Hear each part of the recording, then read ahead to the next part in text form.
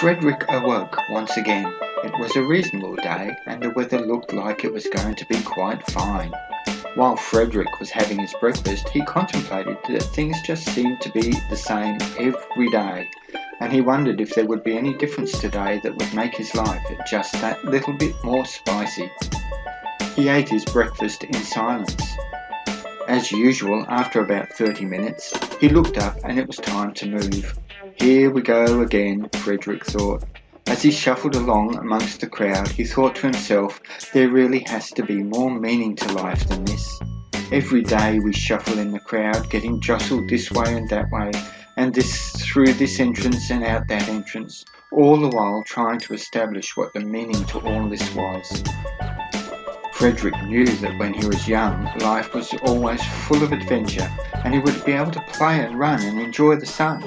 It just seemed that since he became an adult, life was the same every single day, and he was starting to think there had to be a greater meaning to life.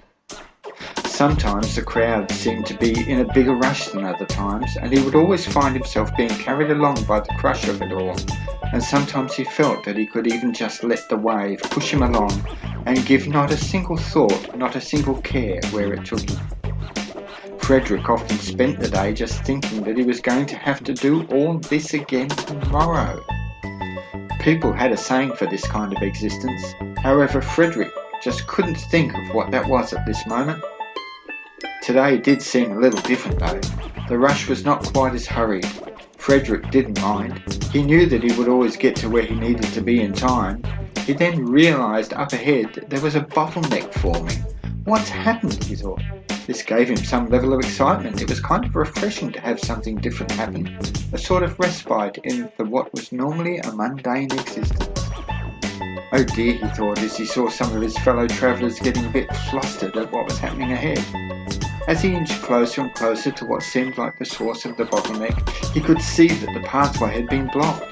Well, not blocked, but narrowed, and everyone was being shuffled into what appeared to be a sort of chute.